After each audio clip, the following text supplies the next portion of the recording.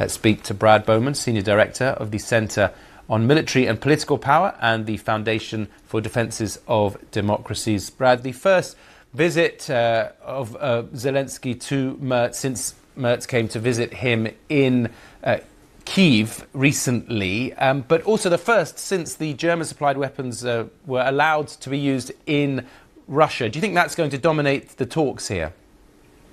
I do. I think the strained relationship between President Trump and Zelensky and the uncertain future of U.S. policy in Ukraine has really elevated the importance of Berlin in terms of supporting Kyiv and providing it the means of self-defense against Putin's war of choice in Ukraine.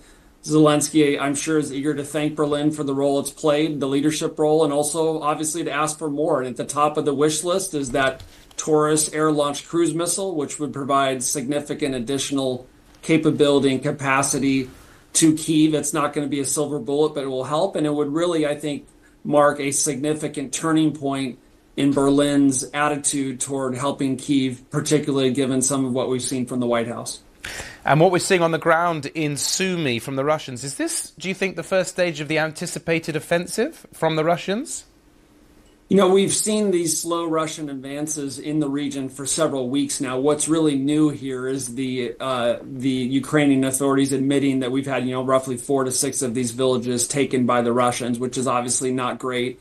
Putin's calling it a buffer zone, of course, which is kind of cynical, right? Because we all know there was no Ukrainian threat to Russia before his war of naked aggression, which he started.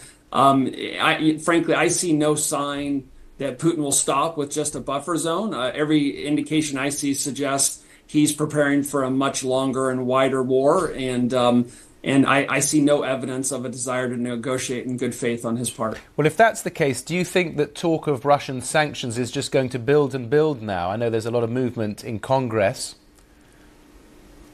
Yeah, no, there certainly is a lot of growing momentum in Congress. I mean, we've had momentum on the Democrat side of the aisle for a long time. We have more Republicans speaking out. We've seen a noteworthy shift in Trump's tone toward Putin after these largest attacks we've seen since 2022. It really remains to be seen whether Trump will follow his warnings with tangible action.